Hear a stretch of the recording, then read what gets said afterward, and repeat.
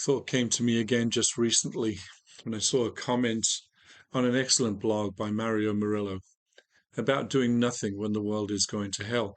The comment said this: when I get to heaven and stand to be judged, I don't want to be asked by God, why didn't you fight the demonic forces? This is it. I feel the same way, with fear and trembling about the thought of standing before the throne of God.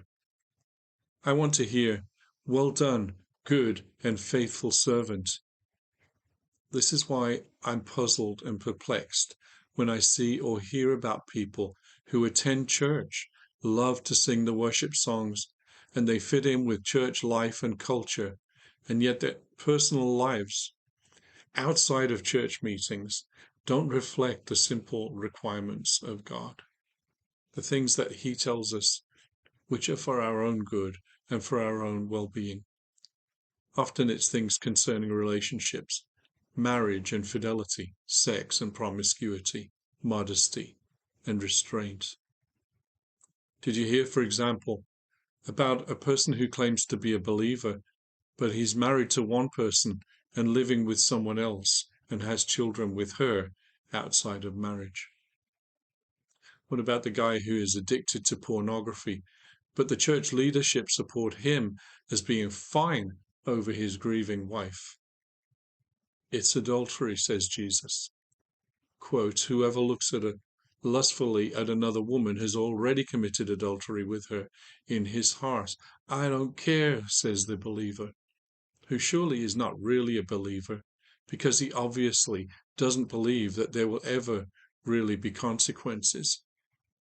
In fact, the consequences play out in their lives every day, whether they realize it or not, in the lost love and desolation of the soul, in the missed opportunities to be fruitful, the bad witness, the way that their actions affect the reputation of the God they claim to love and worship. What about the leader who commits adultery and steps down in a show of remorse for a while, only to be seen some short time later carrying on the old ministry activities, but with the new partner on the scene? A trail of destruction is left behind and forgotten by the one who is blissfully unaware of the devastation they have caused. How can a Christian live by their own human and insufficient rules, apparently thinking they know better than God? It's beyond understanding, but I like and think often of the phrase, Father knows best. Follow-up question, which also frustrates me significantly, is how can church leaders, God's under-shepherds, those anointed and chosen to receive the delegated authority in the name of the Lord, how can they abandon it so easily? Perhaps for the sake of an easier commission. How do they let those under their care continue on a pathway to destruction? How can leaders not lead? How can those who know the Lord not stand up for the truth of which they are convinced? I am not my own. I know this, and the Bible says it. It's clear and easy to know that I was bought at a price. I am now a citizen of heaven with the rights and privileges and also the responsibilities. My life goal is simple: to the best of my ability, to do exactly what the Father is saying to do.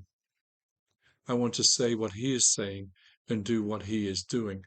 There is no greater motivation, knowing that one day, before too long, I will be there in His presence. At that point, and it will be the same for you, the opportunity for obedience in this world is gone. My chance to make a difference in people's lives for all eternity is over.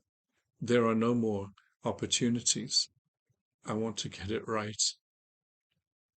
Knowing I am far from perfect, my exhortation is that we spur one another on to good works, to obedience and faithfulness, that we do not neglect these wounds that tear people down. We can lead people to healing. We can seek healing ourselves. Do you take it seriously? Do you think about how it will be when the spiritual distance you thought about and heard about between us and heaven is no distance at all, because you have arrived at your eternal destination. Jesus says, "My sheep hear my voice." That being true, we know what to do. If we hear his voice, we know what to do. If it's not true and we don't hear his voice, it's not his fault. We're not listening, or we're not expecting to hear it. Or when we hear it, we just write it off as a mistake or questionable or dubious. We take the instructions of God and make light of them by telling ourselves that wasn't God. Then we can forget. Then we don't do it. But you do hear his voice. He doesn't suggest that if you carry out a series of weird and strenuous contortions that you might hear a whisper, or that if you're in a certain state of bliss or righteousness in a particular moment, you might catch it. His voice is not elusive. He wants to talk to you. Listen.